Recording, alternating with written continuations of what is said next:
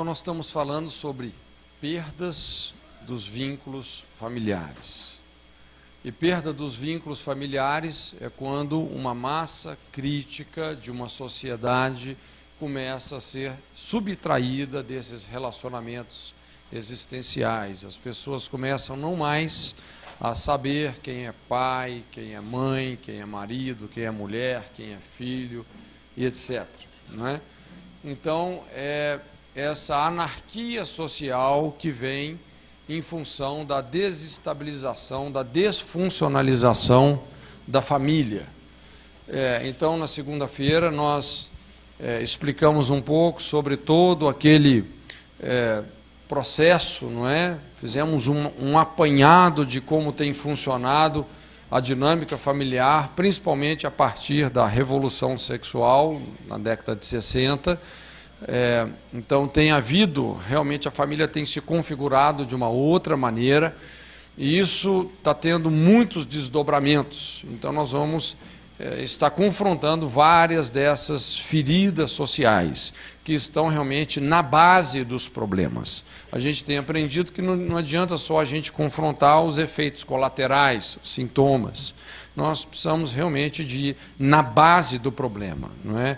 Então isso tem a ver com a disfuncionalização familiar. Então, demos uma introdução falando sobre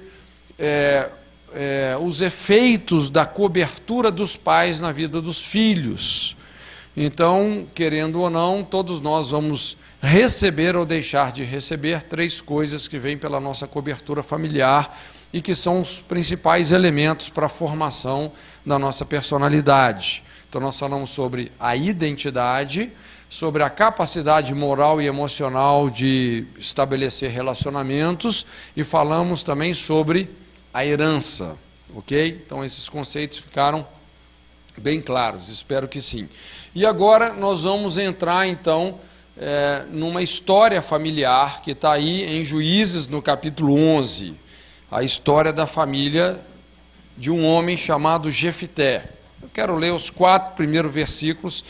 A Bíblia fala assim: era então Jefité o gileadita, valente e valoroso, porém filho de uma prostituta, mas Gileade gerara a Jefité. Também a mulher de Gileade lhe deu filhos, e sendo os filhos desta mulher já grandes, repeliram a Jefité e lhe disseram: não herdarás em casa de nosso pai, porque és filho de outra mulher. Então Jefité fugiu de diante dos seus irmãos e habitou na terra de Tobi, e homens levianos se ajuntaram com Jefité e saíam com ele. E o verso 4 fala assim: e aconteceu que depois de alguns dias os filhos de Amon pelejaram contra Israel. Vamos ler aí também versículo 30 a 32. E esse é o voto que Jefité fez a Deus, ok? Nós vamos começar estudando a história dessa família, a história de Jefité a partir desse voto. Inclusive foi por esse voto que ele se tornou muito conhecido, né, um dos principais motivos. A Bíblia fala assim: Jefité fez um voto ao Senhor dizendo: se tu me entregares na mão os amonitas, qualquer que saindo da porta de minha casa me vier ao encontro, quando eu vitorioso voltar dos amonitas, esse será do Senhor. Eu o oferecerei em holocausto. Veja bem que essa palavra que ele usa aqui, a palavra holocausto, é uma palavra usada para sacrifício, no literal, significa totalmente queimado. Esse é o significado da palavra holocausto. Totalmente queimado, não sobra nada, não é? Assim Jefité foi ao encontro dos amonitas a combater contra eles, e a Bíblia fala assim: e o Senhor lhe deu a vitória, não é?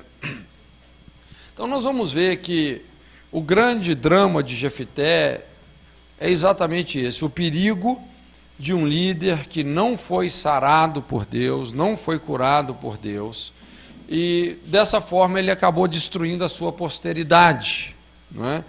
Então a gente percebe aqui essa questão interessante. Um homem que, apesar de ter crescido na terra do bálsamo, em Gileade, a terra da cura, não foi sarado. E realmente, quando ele se colocou numa rota de colisão contra o inimigo, contra os amonitas, realmente ele foi duramente retalhado. Então, de certa forma, nós temos aqui a história de um grande líder, um líder que, de certa forma, teria tudo realmente para dar certo, nós vamos ver. Porém, deu muito errado, as coisas saíram muito mal para Jefté. Ele destruiu sua filha única, a Bíblia fala 7 anos depois, ele morreu. É aquele drama do líder palito de fósforo. Não é? Você já viu a dinâmica de um palito de fósforo se acendendo, né?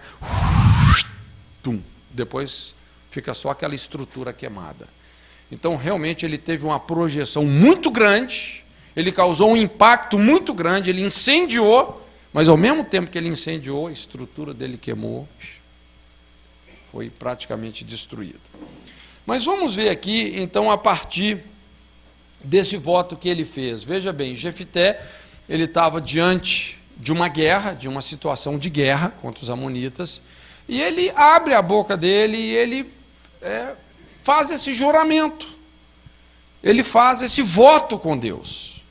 E ele fala: Senhor, olha, eu quero tanto essa vitória, eu preciso tanto disso, que se o Senhor me der essa vitória, quando eu voltar para minha casa, a primeira pessoa que sair pela porta da minha casa para se alegrar comigo na minha vitória, eu vou queimar.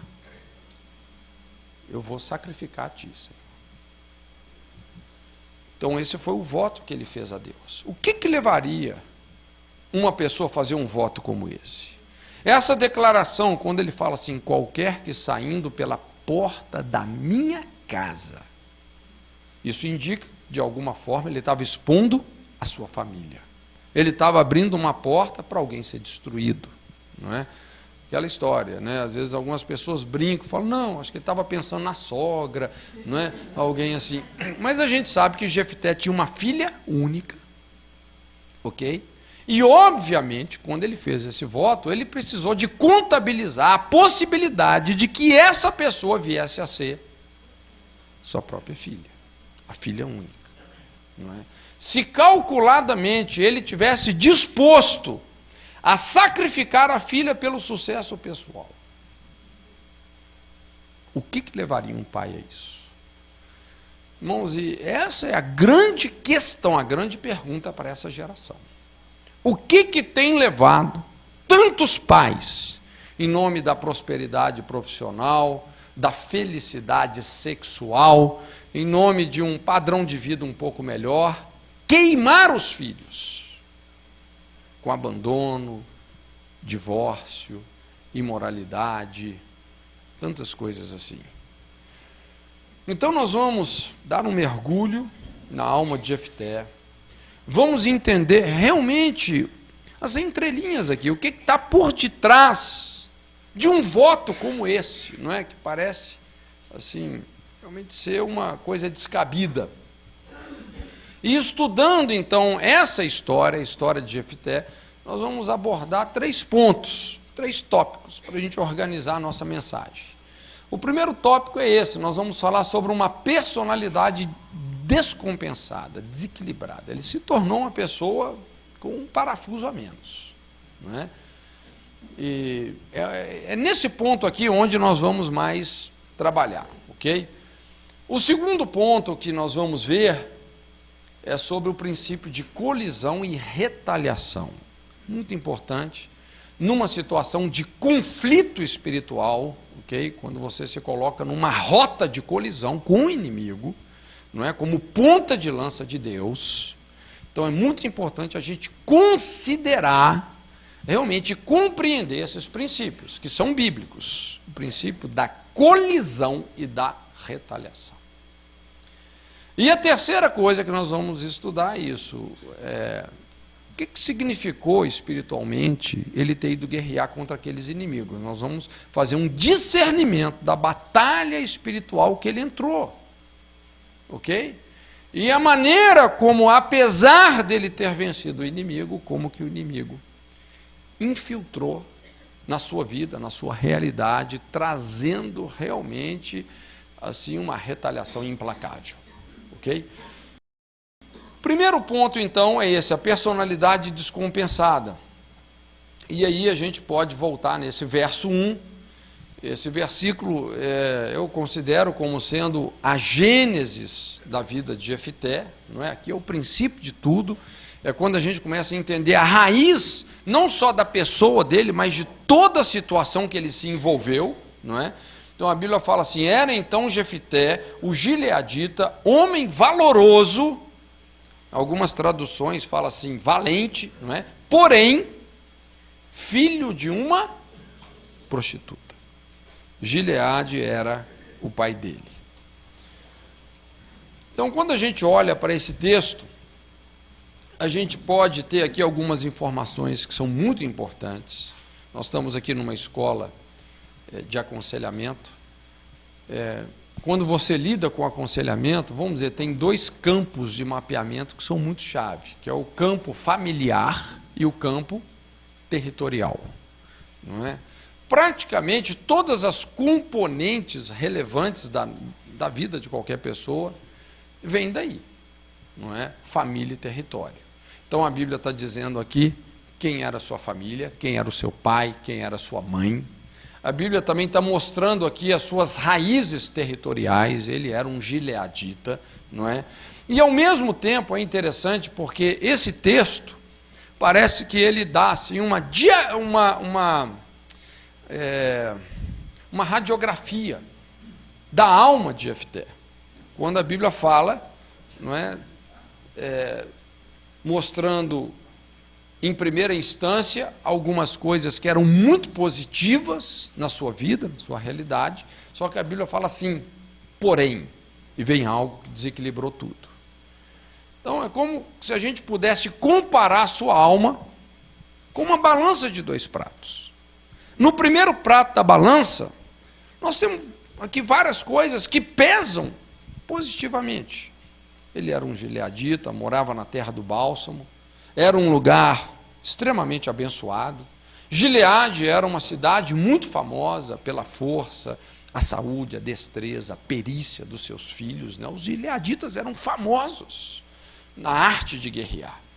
Ele também era um homem corajoso, valente, um grande guerreiro. Ele era um homem que sabia superar os seus medos, um homem que realmente não fugia na batalha, não se intimidava. Também tinha um excelente potencial de liderança. Em qualquer situação, a liderança dele se destacava, ele sabia mobilizar as pessoas. Também servia a Deus com muita seriedade. A Bíblia declara aqui que ele era o quê? Valoroso. Um homem de valor. De certa forma, um homem de princípios. E quando a gente pensa em todas essas virtudes de Jefté, eu acredito que todos nós aqui, de certa forma, podemos nos encaixar nisso, não é verdade? Não é? Eu creio que todos nós temos estado numa igreja abençoada, onde os ribeiros de azeite estão correndo, não é? Onde a unção que despedaça o jugo está fluindo pela nossa alma. Temos o fôlego, temos a disposição para servir o Senhor. Há um grande potencial de liderança nas nossas vidas. Eu olho para um grupo como esse, eu fico imaginando quanto potencial de liderança não está represado aqui nesse lugar. Quantos projetos que vão impactar essa geração não vão sair daqui, não é verdade? Somos também sinceros, valorosos, queremos agradar a Deus, senão você nem estaria aqui, não é verdade? Então, tudo isso tal como Jefté. Só que a Bíblia fala sobre o outro prato da balança, fala assim, porém, era filho de uma prostituta. E aqui que realmente descompensou tudo. Esse grande porém na sua vida foi onde todo esse potencial que ele tinha se desequilibrou. Irmãos, e a gente sabe, não é fácil na prática você dormir com um barulho como esse. E a gente, toda hora, a gente está ouvindo e atendendo situações assim, jovens, adolescentes, principalmente, chego e falo, pastor, puxa vida, lá em casa realmente não é fácil, nossa situação familiar é complicada, porque cada um dos meus irmãos é filho de um pai diferente. Ah, pastor, lá em casa é uma luta, minha mãe ainda não converteu, então assim, cada semana, cada mês é um carinha diferente que ela leva para casa. Eu sei que hoje na sociedade não tem tanto esse peso como tinha antigamente, né? Porque hoje, você sabe, já não existem mais prostitutas, existem profissionais do sexo, não é? Mas mesmo assim, quando você pensa numa criança, num adolescente que tem que conviver com uma situação vergonhosa praticada por uma mãe, irmãos, emocionalmente, espiritualmente, é altamente destrutivo. Então isso passou a ser um referencial de identidade perante a sua família, consequentemente perante toda a sociedade. E o peso de uma herança como essa, gente, de uma influência como essa, pode distorcer muita coisa no desenvolvimento emocional, psicoemocional de qualquer indivíduo. Jefté estava debaixo de um terrível legado de rejeição, imoralidade. Quando ele se entendeu como gente, ele descobriu isso, que ele era um homem maldito, discriminado, estigmatizado pela sociedade. Era literalmente a expressão da vergonha do pecado do pai. Era filho de um adultério. O pai havia adulterado com uma prostituta. Destruiu a felicidade do casamento. Ele esmagou a família dele com esse adultério. Foi um escândalo. E Jefté era o resultado, o fruto dessa tragédia. Filho de um adultério. E isso começou, então, na medida que ele ia crescendo, se entendendo como gente, isso foi consumindo ele por dentro. Golpes de rejeição vindo de todos os lados, atormentando a sua alma, como que vez após vez, Satanás o esfaqueasse com essa dolorosa realidade, para que nem por um momento ele se esquecesse que ele era inferior, impuro, inadequado, o filho ilegítimo. Isso o empurrava cada vez mais para baixo, dentro de si mesmo. Irmãos, veja bem, o ataque mais fulminante de Satanás é rejeição. Esse é o princípio do império das trevas. Rejeição. Não é? Rejeição é algo que se infiltra com tanta propriedade, tanto poder na mente da pessoa que produz orfandade e esterilidade. Na verdade, toda maldição familiar, ela é propagada primariamente pela rejeição. Então, aquilo que nós explicamos, o reino de Deus funciona pela aceitação. É o princípio da aceitação e da aprovação. Deus nos ama e nos aceita incondicionalmente, e Ele nos aprova, lógico, condicionalmente. Isso depende das nossas escolhas, dos princípios, das motivações que nós estamos exercendo. Mas o reino de Satanás é um reino de rejeição, de comparação, de discriminação. Não é? Então, esse é o ataque mais fulminante de Satanás, é a rejeição.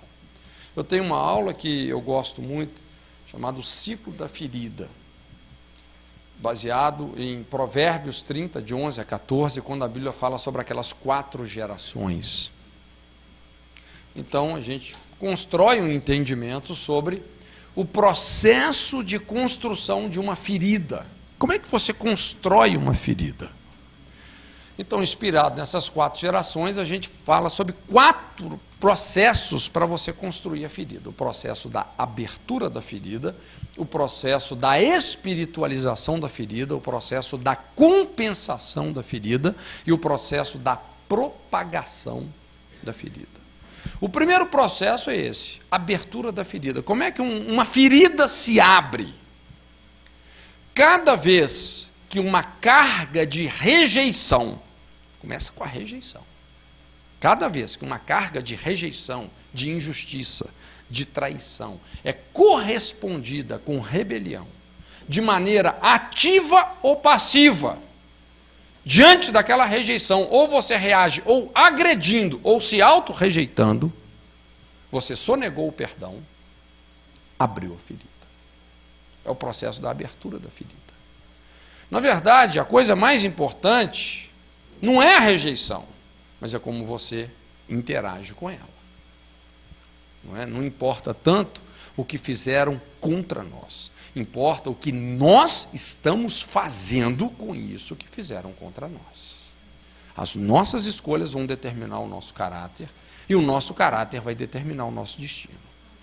Então, se diante de uma carga de rejeição, você se rebela, você sonega o perdão, e você reage ou agressivamente, ou passivamente, se auto-rejeitando, se inferiorizando, abriu a ferida. Obviamente, irmãos, quando nós chegamos na igreja, quando você veio para o Evangelho, como é que a gente chega na igreja? Com essas feridas, é ou não é verdade? Por causa, principalmente, das exigências que o mundo faz para sermos aceitos. São muitas exigências. Chega ferido. Eu perguntar aqui, quantos já foram rejeitados? É uma pergunta idiota, porque todo mundo já foi. Pelo menos por enquanto, Satanás é o príncipe desse mundo, não é verdade? Só que quando nós chegamos na igreja, o que acontece? Ao invés de nós nos vulnerabilizarmos diante de Deus, nos quebrantarmos, nos expormos, não é? Abrirmos o nosso coração, muitos de nós começamos, na verdade, a construir os nossos relacionamentos em cima de um estereótipo de espiritualidade, tentando manipular o respeito espiritual. É um negócio engraçado, né? Às vezes as pessoas chegam numa igreja, tem sempre aquela pressão de você ter que se mostrar como alguém que é santo. Não é verdade? Parece que tem uma pressão sobre isso. Não tem aquele ambiente susceptível para você ser você mesmo. Para você expressar os seus sentimentos, suas fraquezas, suas fragilidades, suas dores. Não tem muito esse espaço. Então o que a gente percebe é que muita gente entra até por esse caminho aí da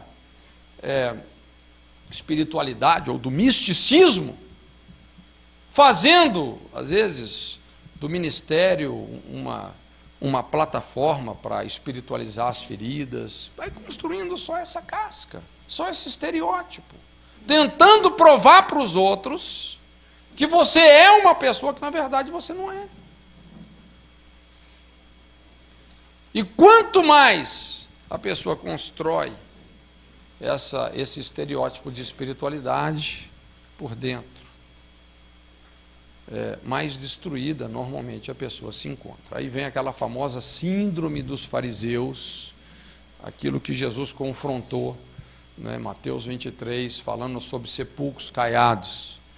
O que Jesus estava querendo dizer é que quanto mais subterfúgios você precisa para se autoafirmar num padrão externo de santidade, mais rapina e podridão tem dentro de você.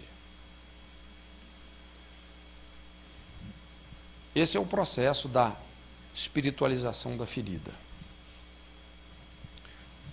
E muitas vezes nesse processo de termos que nos mostrar espirituais, superativos, vem esse ativismo religioso, não é? Porque a gente quer comprar realmente a aceitação das pessoas, essa concupiscência de reconhecimento. Então nós começamos a conquistar títulos, posições. E daí, então, vem agora o terceiro processo, que é da compensação da ferida. A gente chega realmente numa posição onde você realmente tem uma saliência ministerial, não é? Você se sobressai, só que a liderança começa a fluir a partir dessas inseguranças e dessas feridas que nunca foram tratadas. E daí nasce, então, todo um perfil de liderança tirano, controlador, onde tentamos fazer com que as pessoas vivam em função de nós, não é verdade? É o processo da compensação da ferida. E por fim vem o processo da propagação da ferida. A próxima geração, gente, vai ser uma geração mutilada na fé, não é? Essa geração que foi totalmente controlada, cerceada, limitada por causa dos caprichos de um líder doente, de um líder que nunca foi resolvido. Mas veja bem que todo esse processo aí de construir uma ferida, qual que é o ponto de partida dele? Rejeição. Começou na rejeição, não é? Então aqui fica fácil a gente entender como que uma situação não resolvida como essa pode pesar contra nós quando nós resolvemos ir para a linha de frente de uma questão. E o que a gente observa foi isso, que exatamente nessa brecha de rejeição, é que Satanás se infiltrou, não é? E começou realmente a arrancar Jefité, desconectar Jefité da sua família, das suas heranças, dessa cobertura, desses elementos que poderiam realmente protegê-lo e fazer com que ele fosse uma pessoa bem-sucedida. Então, aqui um aspecto muito importante que a gente precisa de estudar é esse conceito da maldição, que nós até falamos um pouco, não é? Importante entender o princípio da maldição. Então nós falamos algumas coisas que são importantes. Falamos que a maldição é uma palavra bíblica, por mais que a gente não goste dela, mas é uma palavra bíblica, ok? E que precisamos de entender o que a Bíblia quer dizer com isso. Explicamos também que quase todas as vezes, em torno de 200 vezes que aparece a palavra maldição na Bíblia, ela está contextualizada com o povo da aliança, aparece associada com a realidade do povo de Deus, ok? Porque muitas vezes a gente só imagina assim, que a maldição está associada com o descrente, mas não. O conceito de maldição está implícito na aliança. Está implícito em cada lei. Toda lei, todo princípio, toda aliança carrega uma maldição. Não é só você chegar e violar. Você violou a aliança, vai ter um castigo. Você violou uma lei, vai ter um castigo. Você violou um princípio, vai ter um castigo. Então, o que a gente observa, biblicamente falando, é que o conceito de maldição está associado na Bíblia com o crente, não com o descrente, por incrível que pareça. Explicamos que a essência da palavra maldição é o castigo. A palavra castigo significa purificar pelo sofrimento. Então, a maldição, ela realmente nos mostra, nos aponta para alguma desordem que está instalada na nossa vida, no nosso comportamento, no nosso relacionamento, na nossa linhagem, não é? Então, é sintomática, a maldição é sintomática. É um alerta, é um mecanismo de alerta, de aviso.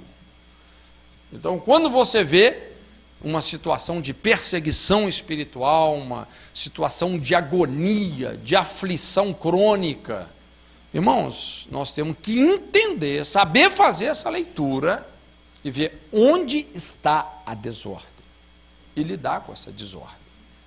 Então a gente desmistificou bem esse conceito, mostrando que a maldição nada mais é do que a consequência natural de você violar uma aliança, uma lei, um princípio. Assim como o mundo físico é regido por leis físicas, o mundo moral tem leis morais. O mundo espiritual tem leis espirituais. Não somos nós quem quebramos a lei. O máximo que a gente vai conseguir é ser quebrado. Não é? Então não é você que quebra a lei é que te quebra. A consequência vem. Ninguém escapa de colher o que semeou. A Bíblia é muito clara. De Deus não se zomba. Quem semeou na carne, da carne ceifará corrupção. Quem semeia no Espírito, do Espírito ceifará vida e paz. De Deus não se zomba. Não é? Então, dizer que não existe maldição é dizer que pecado não traz consequência. Irmãos, e olha, lidar com a culpa do pecado é fácil, é o que nós falamos. Agora, com as consequências, com esse campo de injustiça que você semeia para todo lado, irmãos, lidar com as consequências não são fáceis. E é o que nós vamos começar a entender quando a gente abordar algumas feridas sociais. Né? Nós vamos ver que alguns problemas, algumas iniquidades, têm um poder tão grande de propagação que realmente afeta gerações. A coisa vai longe. Não é? Então nós vamos entender isso. E também é muito importante compreendermos que o princípio da maldição se fundamenta onde? Na desconexão geracional. Que Malaquias fala. Quando os pais não se convertem aos filhos, os filhos não se convertem aos pais, eu, o Senhor, vou ferir a terra com maldição. É muito importante você entender isso. As perseguições espirituais, o castigo, a angústia, não é? A destruição vem sempre nessa brecha das gerações. O que é essa brecha das gerações? É quando a ira dos pais, o abandono dos pais, a imoralidade dos pais fica sustentando a desonra e a rebelião no coração dos filhos. Os pais já não falam mais a mesma linguagem que os filhos não querem ouvir os pais, fazem exatamente o oposto para provocar, o relacionamento é cortado no coração. Há uma quebra na comunicação. E nessa brecha, onde a iniquidade dos pais é correspondida com desonra e rebelião dos filhos, entra a maldição. Os filhos vão repetir os erros dos pais. Entra o princípio da propagação da iniquidade. E isso pode realmente destruir uma sociedade inteira. Ok? Então, o princípio mais elevado para lidarmos com as maldições, gente, entenda o que eu estou te falando. A gente não lida com a maldição assim, você não quebra uma maldição em nome de Jesus. Eu quebro essa maldição em nome de Jesus. Não funciona assim. O princípio mais relevante para você lidar com as maldições é reconciliação. Reconciliação. Porque o princípio da maldição se fundamenta na desconexão. Foi quebrado. Então, para você restaurar o que foi quebrado, reconciliação. Quando nós andamos em unidade, irmãos, Deus ordena a bênção e a vida para sempre. Mas uma casa dividida não subsiste. Não subsiste. A mensagem que liga o Antigo ao Novo Testamento, qual que é? É essa. Qual foi a última mensagem do Antigo Testamento? Esse versículo, Malaquias 4:6.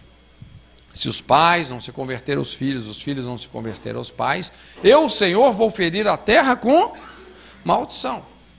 Depois de Malaquias, vem um silêncio bíblico de 400 anos, não é isso? Qual foi o próximo profeta na Bíblia após Malaquias? João Batista.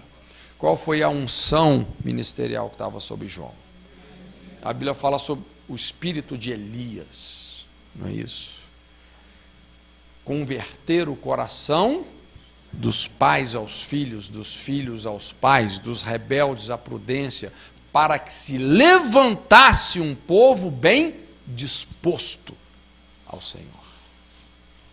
Então, essa foi a mensagem de Elias, a mensagem de Malaquias, a mensagem de João Batista. Foram reconciliadores de gerações. Irmãos, eu quando penso assim no ministério de João, não é? Como é que João, na verdade, como a Bíblia diz, removeu os montes, preencheu os vales, distorceu o que estava torcido e aplainou o caminho do Messias, do avivamento em pessoa. Como é que João fez isso? Foi com essa mensagem. O que dá a entender é que no ministério de João era isso. Milhares de pais pródigos voltando para os filhos pródigos se convertendo aos pais, sendo batizados no Jordão, confessando os seus pecados. Era um mover de restauração na sociedade, de reconciliação geracional. Isso é que preparou o caminho para o avivamento que Jesus trouxe e que culminou em Pentecostes. Então, quem na verdade foi o grande apóstolo desse avivamento? Foi João. Irmãos, como é que você traz para uma sociedade um avivamento que perdura? Reconciliação geracional, restauração familiar, refundar os valores do matrimônio, da família na sociedade. Meu querido, você vai ter um avivamento, como nós falamos sobre a reforma sexual que Lutero fez, quando ele redescobriu que a escola do caráter é a família. Isso fez com que a sociedade ocidental, por causa da maneira como conceituaram a família, se tornasse a sociedade mais forte. Então, é muito importante a gente entender isso, porque o que a gente observa realmente é um alto investimento no sentido de destruir a família, de fragmentar, de perder os vínculos familiares. É o que a gente vê hoje. E é isso que nós vamos estudar, então, aí na realidade de Jefité. Nós vamos falar 5 coisas que tiraram Jefité, que arrancaram Jefité da sua família, que divorciaram ele da sua herança. A primeira coisa foi a rejeição pelos irmãos. A gente seguiu o texto aí no verso 2, a Bíblia fala assim: quando os filhos desta eram já grandes, expulsaram a Jefité e lhe disseram: não herdarás na casa de nosso pai, porque és filho de outra mulher. Então, veja bem, Jefité era abertamente taxado pelos meio-irmãos, filho de outra mulher, por causa da identidade que ele ganhara, lá o filho da prostituta. Imediatamente ele se viu sem herança, a sua identidade sendo traumatizada, os relacionamentos se tornaram ameaçadores, contrários, e sua herança acabou sendo saqueada. É aquilo que nós falamos na segunda-feira. Você lembra aquelas 3 coisas que nós recebemos da cobertura familiar? Qual que é a primeira? Identidade. Qual era a identidade que Jefité recebeu dos seus pais? Como é que ele era conhecido? É o filho da outra, o filho da prostituta. Quem deu essa identidade para ele? O pai dele, principalmente. E a mãe também, que era uma prostituta. Não é? Segunda coisa que a gente recebe, que nós falamos, os relacionamentos. Essa capacidade, não é, de construir casamentos, relacionamentos, onde nós e os outros vamos nos satisfazer na vontade de Deus. Como é que estavam os relacionamentos de Jefité, gente? Estavam arrebentados. Ele estava sendo linchado emocionalmente de todos os lados. Inclusive, se você chega no verso 7, a Bíblia menciona como os próprios anciãos de Gileade, os líderes da cidade dele, expeliram ele de dentro da própria casa. Mas o cara estava sendo renegado pela cidade. Então ele foi deserdado, foi expulso de casa, não direito a nada. Terceira coisa que nós recebemos, a herança. O que aconteceu com a herança de Jefté? Perdeu. Foi saqueada. Então veio esse veredito, esse ultimato: não herdarás conosco. Você está cortado do testamento.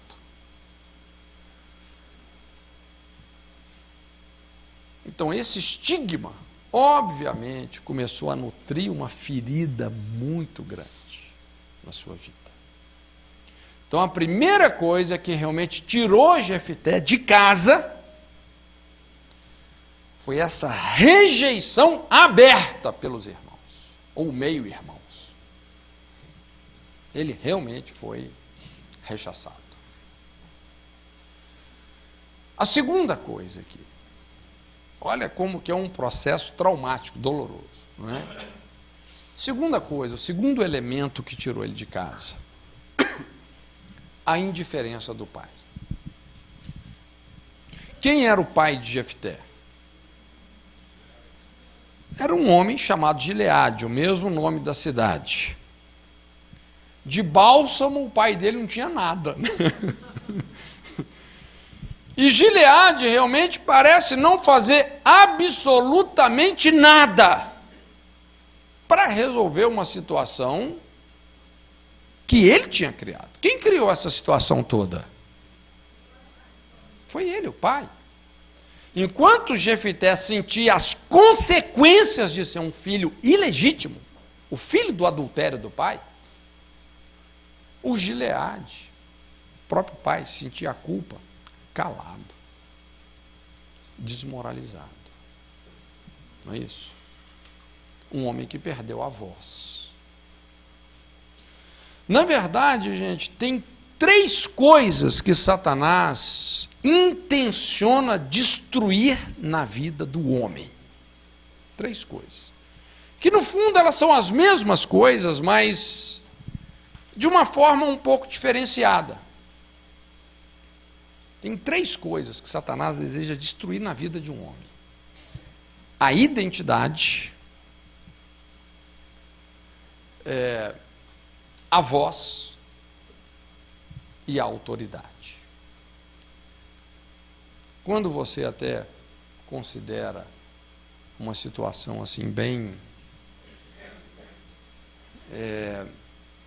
extremada, como a questão da homossexualidade, por exemplo, que hoje é tão comum.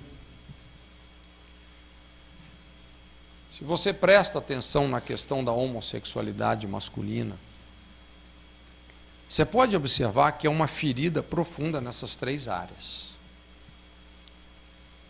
Primeira coisa é a identidade. Nós já falamos alguma coisa sobre identidade, mas talvez o principal alicerce da identidade, qual que é? Qual que é o principal alicerce da identidade? É a sexualidade. Quando Deus criou o homem, como é que a Bíblia mostra essa criação? Criou, pois, Deus o homem à sua imagem e semelhança. Imagem e semelhança moral.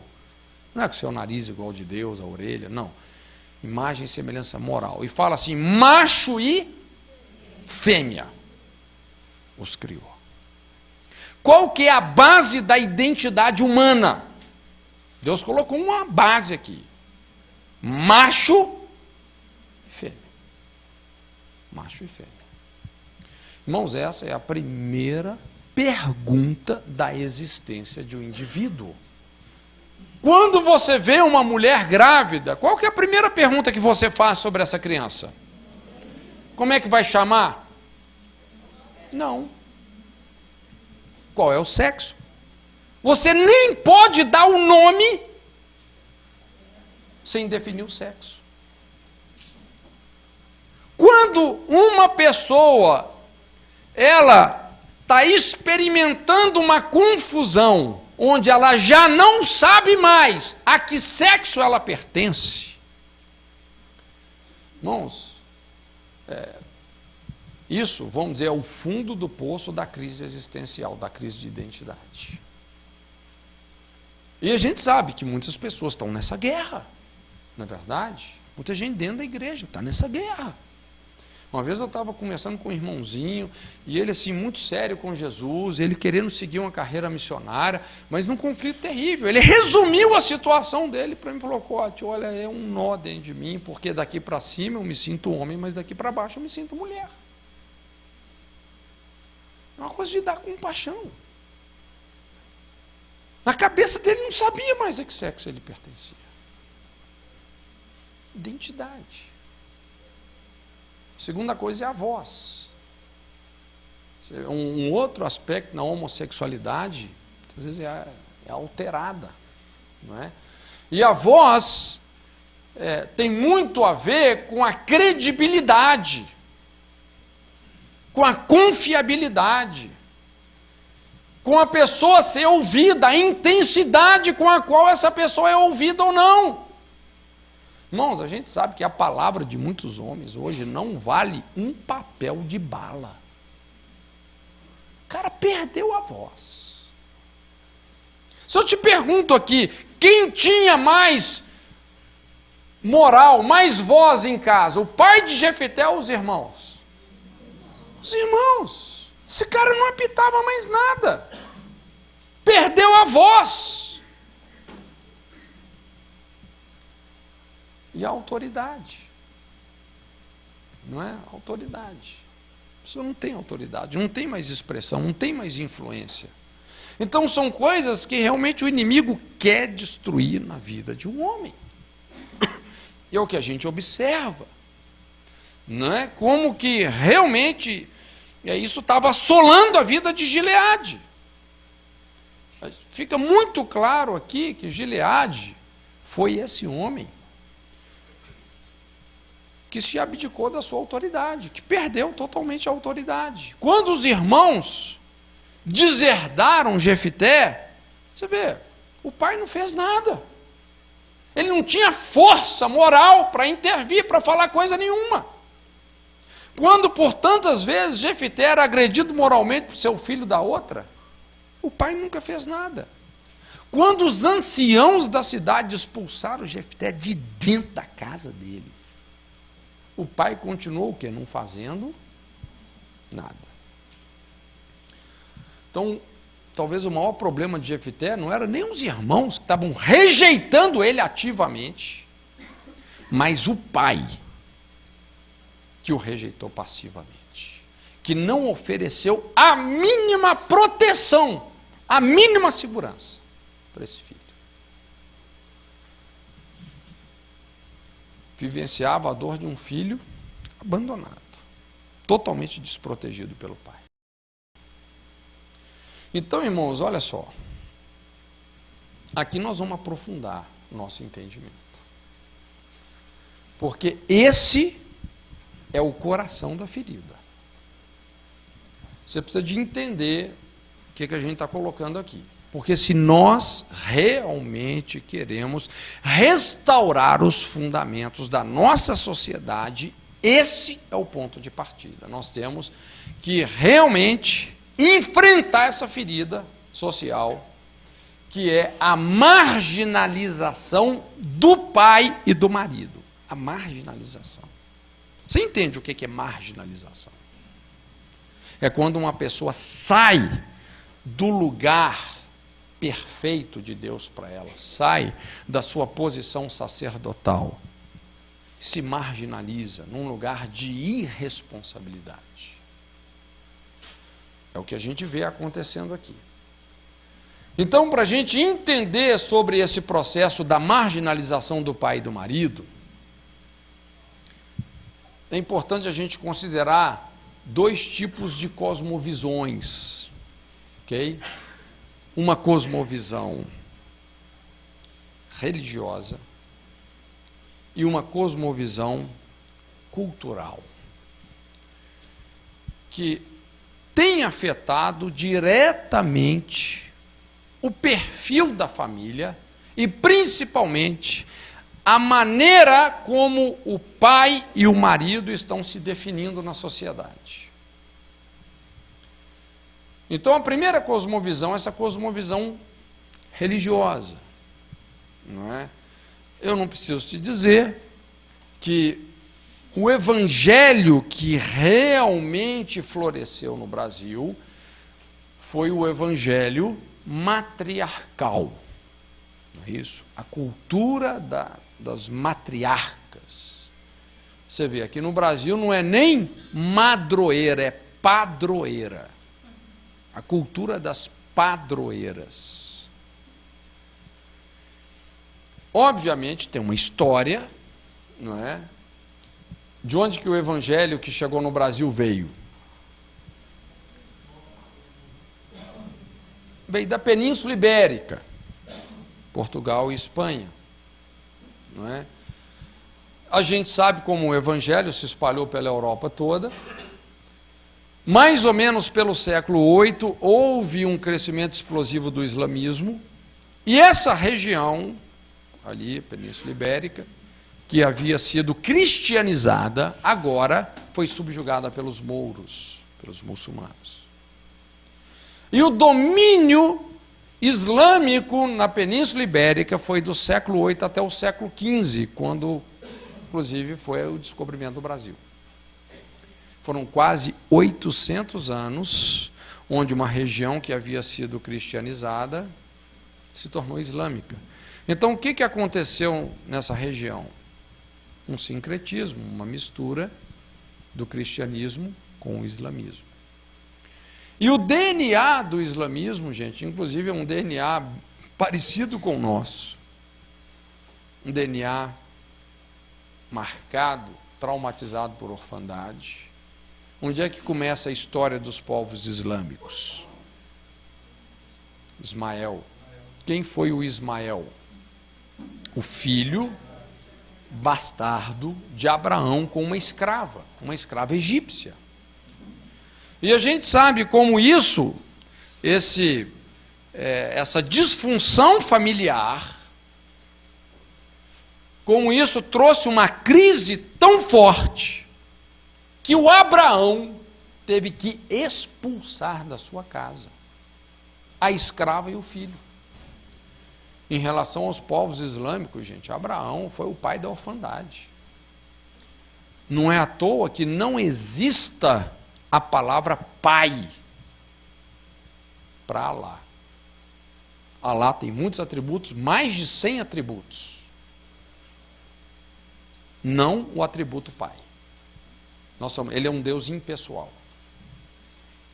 Tem até um livro que fala atrevi-lhe chamar-lhe de pai, que é o testemunho de uma muçulmana que encontrou a paternidade de Deus em Cristo. O que eu quero dizer é que nós recebemos um evangelho órfão, um evangelho sem pai, que você precisa de intercessores e intercessoras para chegar ao pai.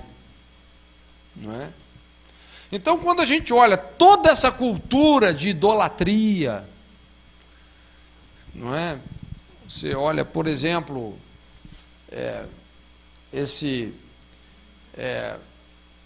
essa questão da mulher divinizada. Se você olha para uma das padroeiras do Brasil, e você vê lá Conceição, que é exatamente essa imagem da mulher divinizada, com um Jesus pequeno, dependente no seu braço. E quem que não aparece nesse quadro? O pai. Não é? Então, por trás de toda essa estrutura de idolatria, qual que é o principado reinante? Orfandade. Orfandade. E isso, gente, essa cosmovisão religiosa órfã da figura da mãe solteira, mulher sem cabeça, isso encarnou na sociedade brasileira. Irmãos, um grande percentual dos lares é isso. Essa figura. Você não vê o pai é marginalizado, a mulher sem cabeça, mãe solteira, essa é a realidade. Isso se uniu com uma outra cosmovisão, que é a cosmovisão machista, que é um aspecto terrível da cultura de muitos países, inclusive o nosso. O que é o machismo? É quando o homem tem a necessidade de se autoafirmar na sua masculinidade. Então o homem tem que provar para um outro homem que ele é homem, que ele é macho. E como é que funciona isso na prática? Como é que isso funciona na prática? Então tem 3 elementos aí que são altamente marginalizantes. O homem, para provar que é homem, primeira coisa, tem que ser mulherengo. Ele tem que sair com o máximo de mulheres possível. Quanto mais mulher ele ganha, mais macho ele é. Então, se ele não sai com muitas mulheres, ele pode se sentir diminuído na sua masculinidade. Ele também precisa de ser uma pessoa que se envolve com algum tipo de vício, álcool, porque isso também dá uma impressão de que ele é resistente, ele é forte. Não é? Aquelas propagandas de cigarro e bebida que você vê, né? O macho.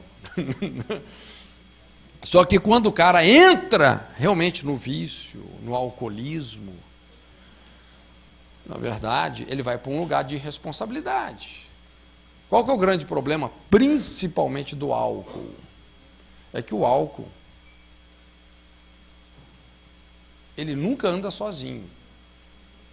Ele sempre vem acompanhado de alguma outra coisa. Ou imoralidade, vício, violência, acidente. O álcool nunca anda sozinho. Se é normalmente uma coisa que não tem no alcoolismo, é a solidão. Nesse sentido. Sempre vai estar muito mal acompanhado. E vem também a violência. O homem, para se sentir homem, se torna agressivo, violento, não leva desaforo para casa. Se ele não for agressivo, ele se sente também diminuído na sua masculinidade. Agora, esses elementos, quando a pessoa se torna adúltera, viciada, violenta, isso começa a tirar esse homem da sua posição sacerdotal e levar ele para um lugar de marginalidade. É um marido marginal, o pai marginal. Então agora ele não está mais em casa. Está no boteco, ele está na roda dos traficantes, nos prostíbulos, na casa das amantes, na roda dos homossexuais e por aí afora. Um lugar de marginalização. Agora, gente, vamos entender a dinâmica disso. Quando o pai e o marido, quando ele se marginaliza, ele sai desse lugar de lealdade, de responsabilidade que Deus designou a ele, e ele se marginaliza. Qual que é o impacto disso na vida da mulher? O que uma mulher mais procura emocionalmente no homem? A segurança. Não é? A pior coisa que tem para uma mulher em relação a um homem é quando esse homem é um banana. É um cara irresponsável, um cara que realmente não se posiciona em nada. É uma tragédia. Então, segurança é uma coisa prioritária na mulher. Busca segurança no homem. Mas se o homem se marginaliza, quando ele se marginaliza, ele começa o quê? A inocular insegurança na mulher. E na maioria das vezes, lógico, a mulher não sabe administrar essa insegurança que ela sente, e ela vai reagir de uma maneira que fere ainda mais o homem, porque o que o homem emocionalmente mais busca na mulher? Respeito. Não é isso? O homem quer a admiração da mulher. No fundo é isso. O homem quer a admiração da mulher. A pior coisa que tem para um homem é quando a mulher desrespeita, desonra o marido na frente dos amigos. Gente, isso é a morte para qualquer homem. Não é? A Bíblia fala que é como podridão nos ossos. A mulher que envergonha o marido. Então, quando o homem se marginaliza, a mulher se sente insegura, a mulher, inspirada pela insegurança, desrespeita esse marido. Quando ele é desrespeitado, ele se marginaliza ainda mais. Ela se sente insegura, desrespeita, ele marginaliza. Ela se sente insegura, desrespeita, ele marginaliza. É um processo cíclico, viciante. Qual que vai ser o resultado disso? Esse homem totalmente marginalizado, um zero à esquerda, moralmente falando, um cara que se marginalizou, não significa nada, não tem nenhuma expressão moral e sacerdotal, totalmente desconectado do propósito eterno de Deus para a vida dele. A mulher que acabou virando o sargento da casa, assumindo as responsabilidades que o homem não assumiu.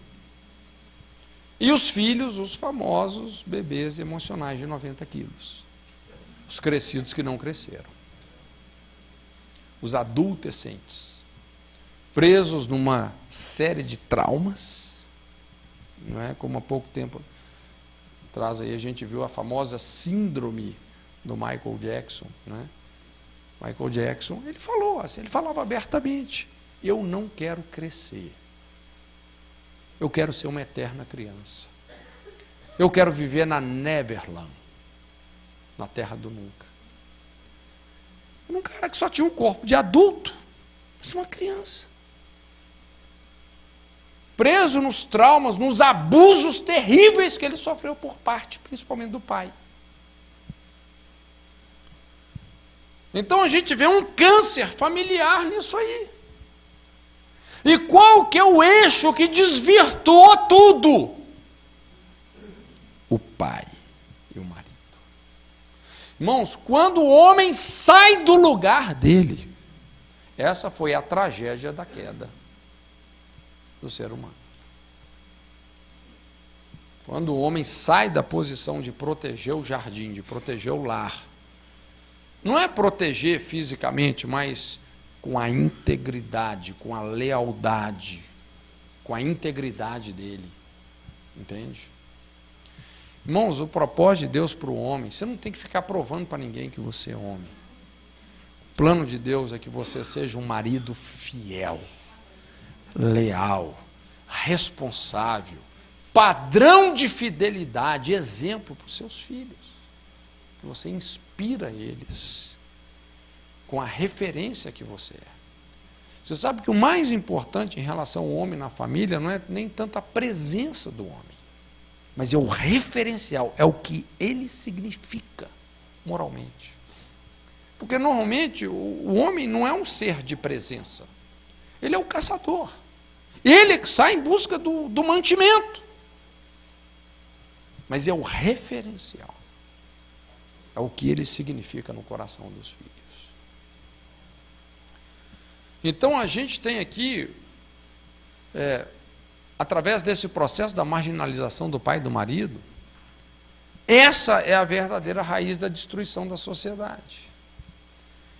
E aqui que a gente até compreende melhor como é que funciona esse famoso esquema Jezabel. Hoje se ensina muito sobre isso, não é? Até nos meus livros eu tenho duas mensagens, uma do esquema Jezabel no Antigo Testamento, outra no Novo Testamento, né? Tem instrução de todo jeito. Mas a gente sabe, irmãos, que quando você lida com a questão desse esquema Jezabel, não é só um espírito, mas é um esquema para desfuncionalizar estruturas de liderança. É colocar a pessoa errada no lugar errado. Quando se pensa sobre o esquema Jezabel em relação à família, normalmente, quem que é o bode expiatório? Normalmente é a mulher. Se você vê ali uma mulher que ela é um pouco mais atirada, tem iniciativa, não é? Normalmente o pessoal já rotula. Aquela irmã é uma Jeza, não é? Manda no marido, tudo tem que ser do jeito dela. Gente, mas só existe uma Jezabel onde existe um Acabe, não é isso? A responsabilidade maior não é da mulher, é de quem? É do homem. Quem está em xeque não é a mulher, é o homem. E muitas vezes, essa rebelião da mulher, gente, É um grito de socorro para que esse homem tome vergonha na cara, se posicione. Ela está pedindo que ele seja firme com ela. É um grito de socorro. Então não tem como você lidar com essa disfuncionalização familiar sem realmente o homem voltar para o seu lugar. E sinceramente, irmãos, eu creio nisso, eu tenho visto isso. O Espírito Santo está tocando uma trombeta afinada, chamando, conclamando os homens dessa nação a um arrependimento, a voltar para os seus lugares. As mulheres também, mas vai ser a consequência natural. O movimento feminista é o efeito colateral do quê? Do moralismo sem Deus do homem. Não é verdade? Do machismo. É o pêndulo, aí vai para o outro extremo. Aí as mulheres começam a tomar o lugar dos homens. E hoje o que está acontecendo? As mulheres estão morrendo bem mais cedo. Estão experimentando enfermidades que normalmente não acontecia com as mulheres. Está tendo uma série de consequências, inclusive muitas mulheres hoje, elas estão repensando isso e voltando de novo para o lar.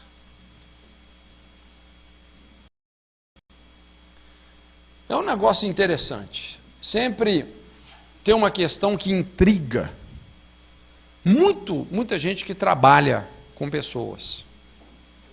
E é o que a gente observa. Eu vou em muitas igrejas, a gente sempre se depara com isso. Em muitos lugares ainda está começando a mudar, mas em muitos lugares é assim.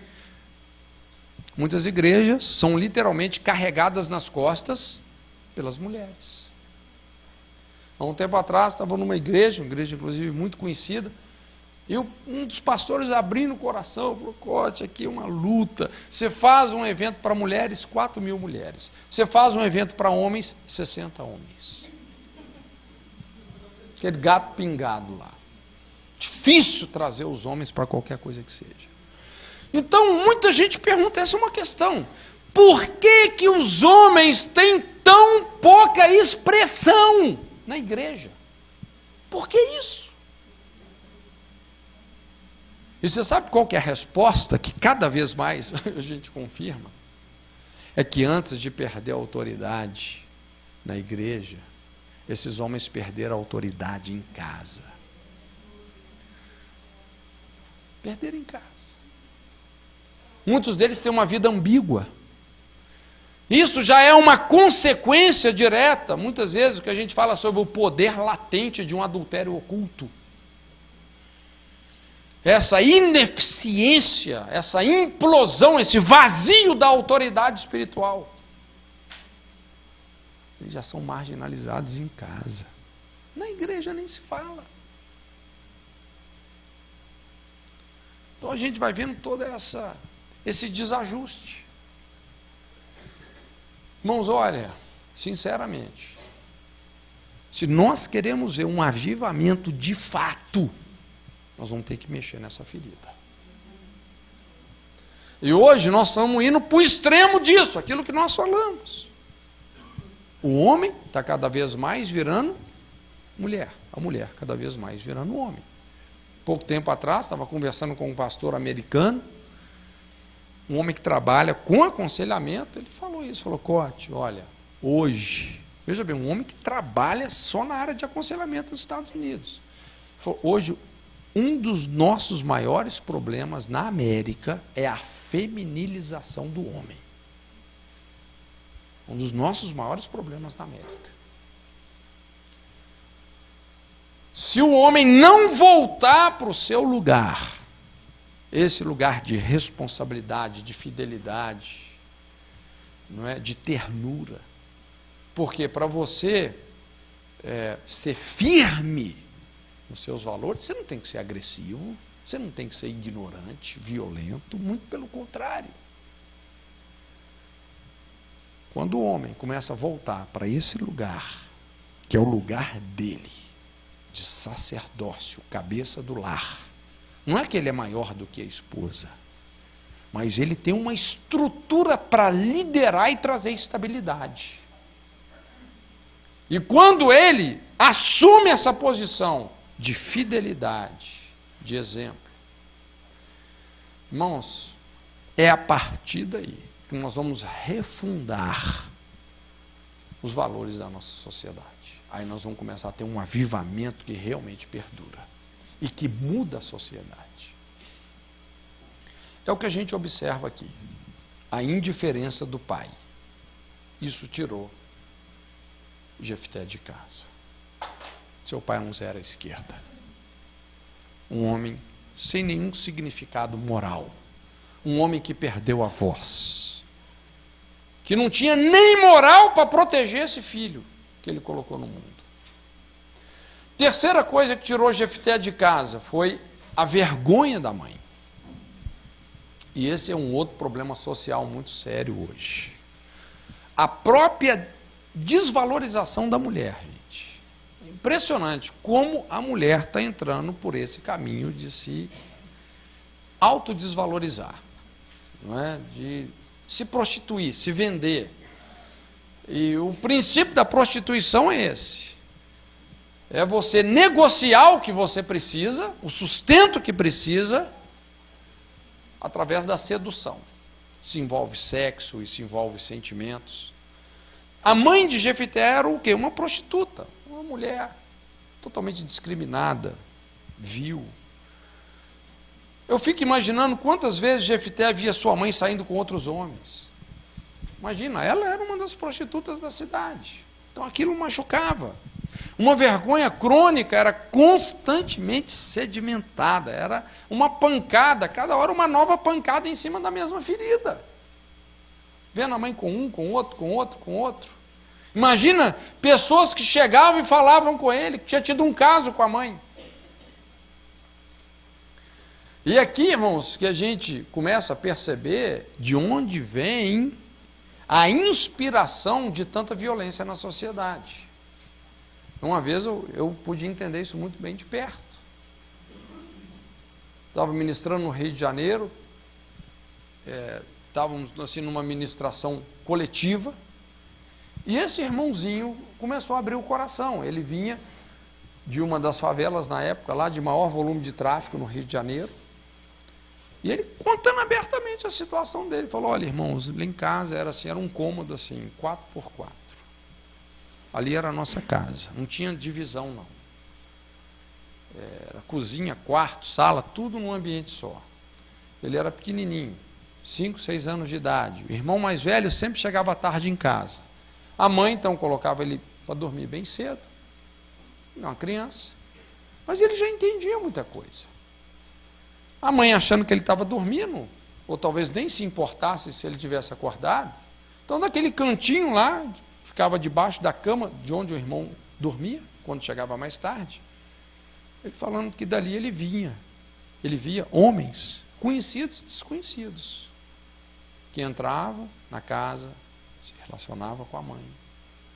Ele ficava assistindo aquilo, toda noite, o mesmo episódio. E esse negócio era uma dor que ele não conseguia digerir, era uma vergonha que ele não conseguia digerir. Ele se sentia humilhado, ultrajado com isso. E ele falando do sentimento de impotência, ele falou assim: para mim, minha mãe não tinha outra maneira de nos sustentar senão essa. Mas era um sentimento de impotência tão grande, era uma dor tão grande, que isso, na verdade, transformou ele precocemente numa das pessoas mais violentas daquele morro.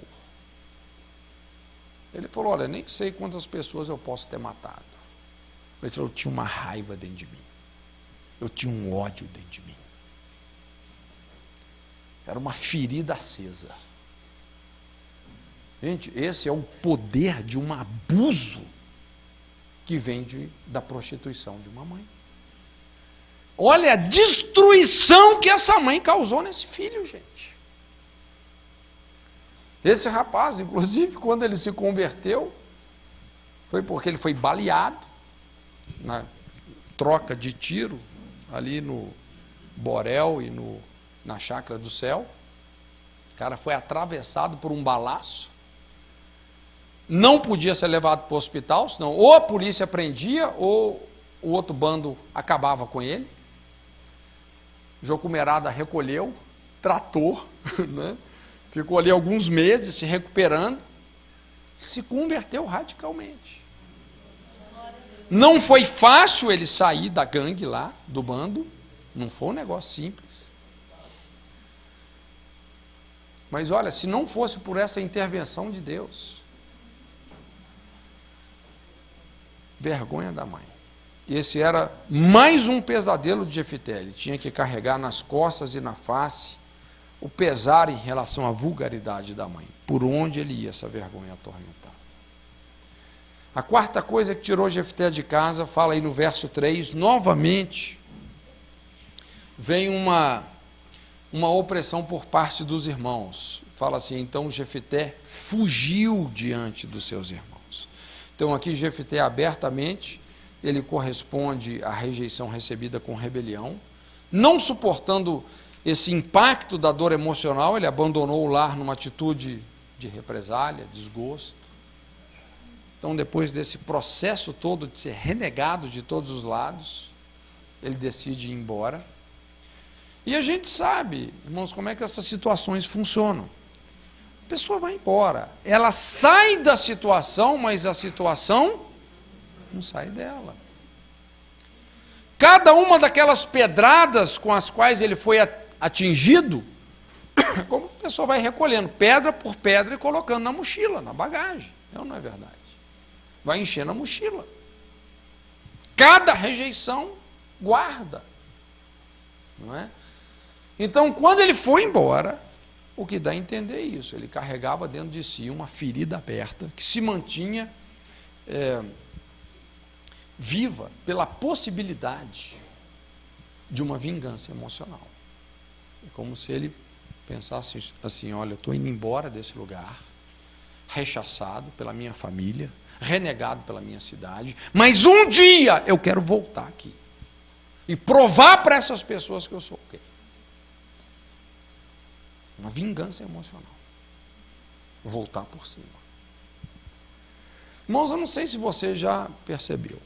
Algumas pessoas, quando são duramente rejeitadas, elas desistem de tudo.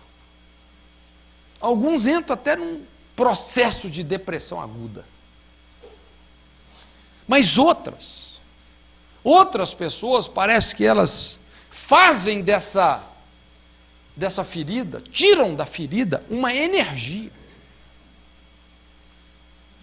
E elas começam a superar os mais elevados obstáculos. E elas vão vencendo igual um trator e chega lá no topo. Mas o espírito é corrompido, é doentio, a pessoa está doente, profundamente doente. Ao mesmo tempo que a pessoa tem tudo, por dentro ela está arrasada, arrebentada. Um desses exemplos foi o próprio Michael Jackson. O cara chegou no topo do mundo, o top. Mas por dentro ele não se suportava. Ele tinha que viver à base de remédio, que matou ele.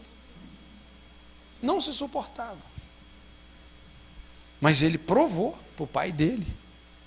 Ele provou que ele podia ser alguém. E como provou? De tanto ouvir essas renegações, né? Provou. Então a sua alma estava esburacada pela rejeição. Isso se transformou na sua motivação existencial, fazendo dele um homem em perigo e um homem potencialmente perigoso. Vamos, presta atenção. Uma pessoa ferida, quando se coloca numa posição de liderança, não é brincadeira. Porque liderança é ponta de lança. É a zona de contato. Enquanto a pessoa não é líder, tudo bem, mas se a pessoa é ferida e ela está numa posição de liderança, essa pessoa não só se torna vulnerável, como também uma pessoa perigosa. Há um perigo. Muita gente pode ser destruída por causa dela. Se você estudar a vida de Saul, a liderança de Saul, você observa isso. E é muito interessante porque Saul, a Bíblia deixa claro, Deus falou com ele. Saul sofria de inferioridade. Deus falou: Saul, você sempre foi pequeno aos seus olhos. Você lembra quando Deus fala isso com ele? Você sempre foi pequeno aos seus olhos. Mas eu te levantei como rei em Israel. E Deus tentou curar ele dessa inferioridade. Mas ele não submeteu ao processo de Deus. Como rei, o que ele queria? Popularidade. Sempre queria agradar o povo, popularidade. Ele tinha essa concupiscência de aceitação. Ele fez lá um monumento no Carmelo em sua honra, porque ele queria a popularidade. Ele queria o tapinha nas costas, né? O afago do povo. E tentando agradar tanto as pessoas, ele desagradou a Deus. Um homem ferido, instável. Quem estava perto dele foi junto, inclusive Jonatas. Jonatas era um homem de Deus tremendo, mas quem estava perto de Saul morreu com ele. É o que Jefté fez com a família.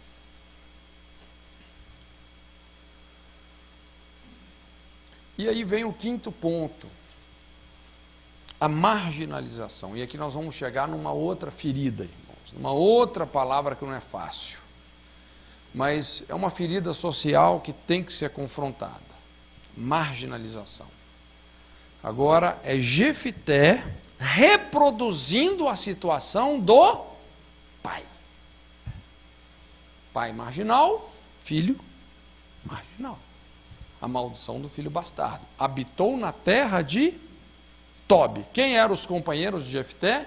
Homens levianos. Algumas traduções falam filhos de Belial. Filhos de Belial. Juntaram-se a Jefté e saíam com ele.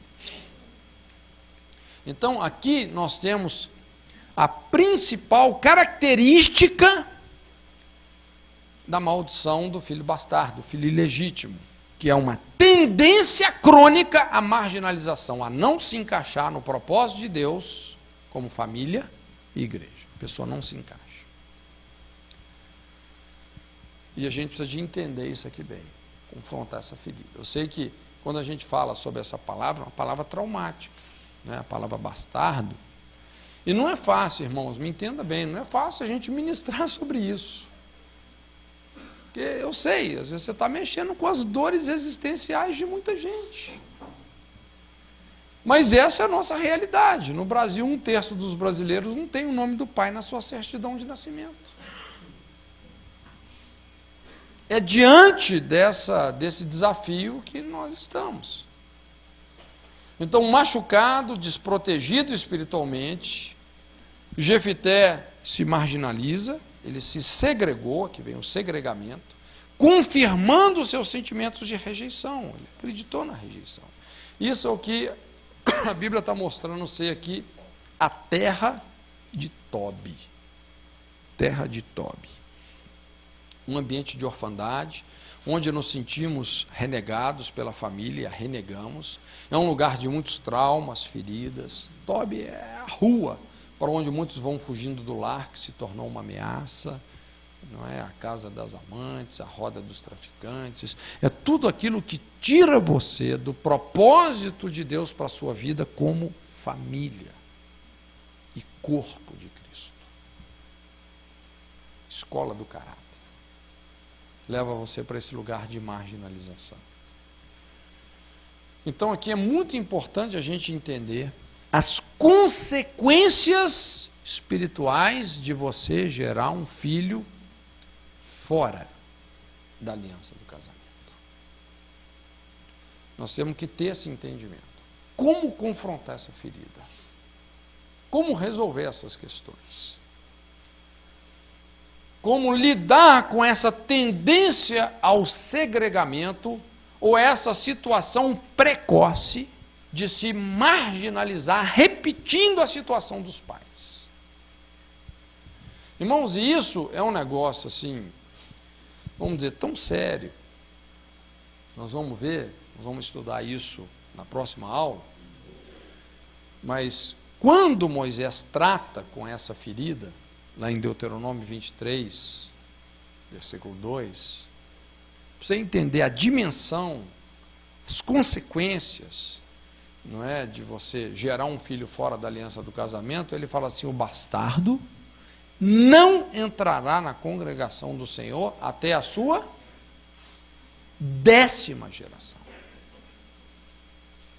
10ª. Nós vamos entender o que Moisés está dizendo e também o que ele não está dizendo com esse texto. Mas ele traça aqui, vamos dizer assim, uma amplitude até onde isso pode repercutir. Porque muitas vezes a gente pensa só na nossa geração, não é verdade? Mas veja bem, Moisés, dentro da inteligência social que ele tinha, do discernimento de Deus, ele fala que você gerar um filho fora da aliança do casamento, isso vai causar um impacto que vai ferir, que vai afetar até 10 gerações.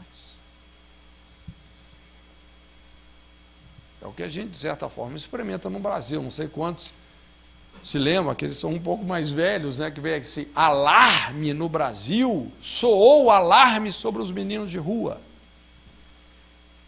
Lá no iniciozinho da década de 70, o pessoal começou a falar, os meninos de rua, 40 anos atrás. Irmãos, hoje nós temos os tataranetos dos meninos de rua. Os filhos dos filhos dos filhos dos filhos, onde em alguns lugares do Brasil as meninas são mães aos 13, avós aos 26, bisavós aos 39 e por aí vai fora. É o que Moisés está dizendo. Isso coloca qualquer sociedade em colapso. É daí que vão partir os bolsões de miséria e violência. Quando você pensa numa menina que não conhece quem é o pai, que aos 13 anos ficou grávida, que ela não tem condição nenhuma de cuidar dessa criança, quem mais é essa criança? Vai ser um miserável, vai ser o violento, vai ser o marginal. Irmãos, tem como lidar com essa onda de violência dos grandes centros urbanos sem moralizar o casamento? Na prática, dentro de uma perspectiva sociológica, tem como. Até o governo, a ficha está começando a cair agora. Os caras estão começando a enxergar isso. Então nós temos que tratar com essa questão. E eu acredito que o governo tem uma responsabilidade sobre isso, mas realmente quem vai ter a voz profética e apostólica nessa questão é a igreja. Então nós temos que discernir essa ferida. Amém? Então na próxima aula nós vamos trabalhar com esse conceito. Vamos explicar uma série de coisas aqui que de repente vão te ajudar e vão também sarar a sua vida e a sua história. Curva a sua cabeça agora um pouco. Eu quero ter um momento de oração ainda com você.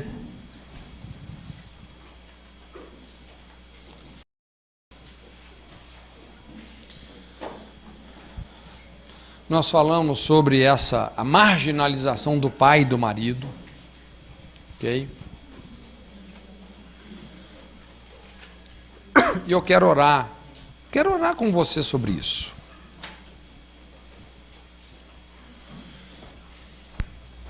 Existe então toda uma definição equivocada sobre o homem.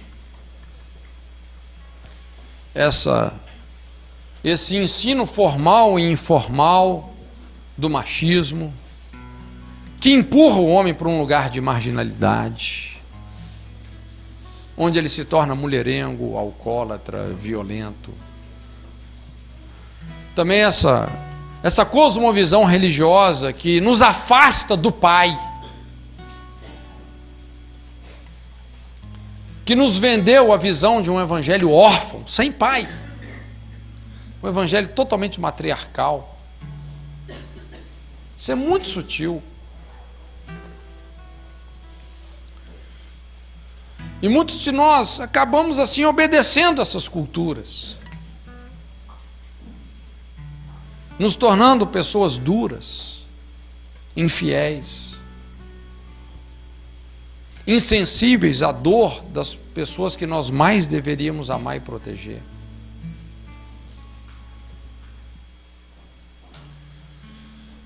Eu quero orar com você. Eu não estou aqui hoje para fazer uma oração mágica, mas esse é um apelo de arrependimento, de mudança. Mudança. E eu creio que Deus pode abalar na sua vida o que é abalável, para que aquilo que é eterno realmente se estabeleça. E esse é um apelo para os homens. Então, se você que é homem, se você entende, dentro daquilo que o Espírito de Deus tem te convencido, iluminado, revelado, se você entende que de alguma forma, você tem saído desse lugar de sacerdócio, esse lugar de lealdade como pai e marido, se você tem se deslocado, se marginalizado de alguma forma, se de alguma maneira você precisa de voltar para esse lugar sobrenatural que Deus tem para você como pai e marido, se você precisa de voltar para esse lugar, se você precisa de um arrependimento, de uma mudança, eu quero orar com você, em nome de Jesus. Talvez isso vai te custar muita coisa, vai desencadear um processo na sua vida que talvez Deus vai fechar muitas portas e abrir tantas outras. Muita coisa vai mudar.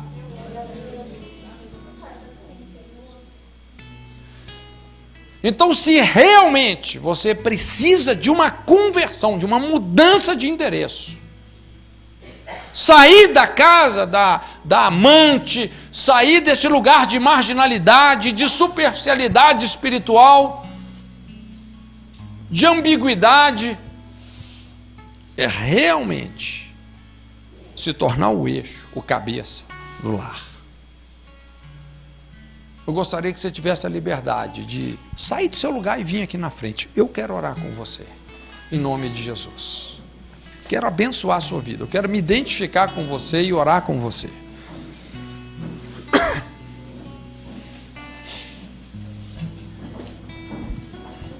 É um altar que nós estamos levantando para Deus, irmãos. Isso é um altar, não é verdade? É um altar aqui hoje.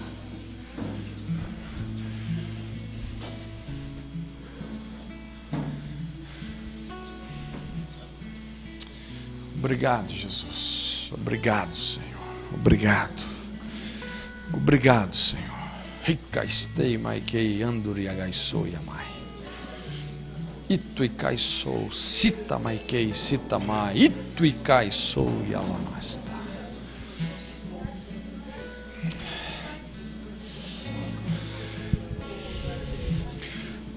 Senhor, debruça sobre esse altar nessa noite. Debruça, Pai, sobre esse altar. Senhor, vem restaurar na vida desses homens a identidade. A identidade. O verdadeiro macho que o Senhor criou. Um homem fiel, leal, responsável, cuidadoso, amoroso, cheio de ternura, compaixão. Restaura, Senhor, a identidade do macho que o Senhor criou. Desfaz as deturpações de Satanás. Restaura também a voz, a moral que foi perdida. Que esses homens sejam ouvidos, que o Senhor coloque no peito deles uma voz, que eles serão ouvidos, Senhor. Credibilidade, confiabilidade. O Senhor libera também a autoridade que o Senhor tem, a autoridade que tem sido drenada. Restaura, em nome de Jesus. E eu oro, Senhor, por um novo tempo na vida desses homens, que eles sejam cheios da visão de Deus, como aquela geração profética, que Joel disse: nos últimos dias, diz Deus, derramarei do meu espírito sobre toda a carne. Senhor, que eles tenham visões, que eles tenham discernimento do chamado e da vocação em Deus, que eles tenham o toque da eternidade no seu espírito, que eles vivam como quem vive para a eternidade, em nome de Jesus. Senhor, eu oro, fecha as portas que tem que ser fechadas para essas pessoas, abala o que é abalável, abre as portas que estão de ser fechadas. Eu oro por um tempo de destrancamento de dons, destrancamento de ministérios, Senhor, rompimento de fronteiras, novas ideias, novas visões, uma unção apostólica, criativa, coisas que os olhos nunca viram, os ouvidos nunca ouviram, nem tampouco subiu ao coração humano. Libera sobre a vida desses homens, Senhor, em nome de Jesus. Traz a sua graça a eles, Senhor, em nome de Jesus. Senhor, e que eles possam voltar e se posicionar como guardadores do jardim que o Senhor tem confiado a eles, Pai. Que eles não negociem os seus valores, a sua fidelidade, a sua lealdade. E levanta-os à porta das suas cidades, como aqueles que tomam as decisões sábias, aqueles que filtram o que entra e o que não entra. Dá a eles o discernimento que eles precisam, Senhor. Que a sua boa mão, Senhor, possa guiá-los e abençoá-los. Como homens, Senhor, nós queremos pedir perdão por essa cultura do adultério, a cultura da violência, cultura do vício. Perdoa, Senhor, perdoa em nome de Jesus toda distorção, todo abuso que temos praticado como homens, toda imoralidade. Envia o seu fogo, purifica, Senhor. Envia o seu fogo, o zelo da sua santidade, que o seu fogo venha aos nossos corações, um batismo com o Espírito Santo e fogo, um batismo de santidade. Libera, Senhor, libera o seu propósito na vida de cada um desses homens, nas suas famílias, em nome de Jesus, em nome de Jesus. Obrigado, Senhor, obrigado, Pai. E toda a igreja disse amém, amém, graças a Deus, aleluia. Obrigado pela sua coragem, pelo conserto que você está fazendo diante de Deus. Não se espante de repente com as coisas que vão começar a acontecer na sua vida, não.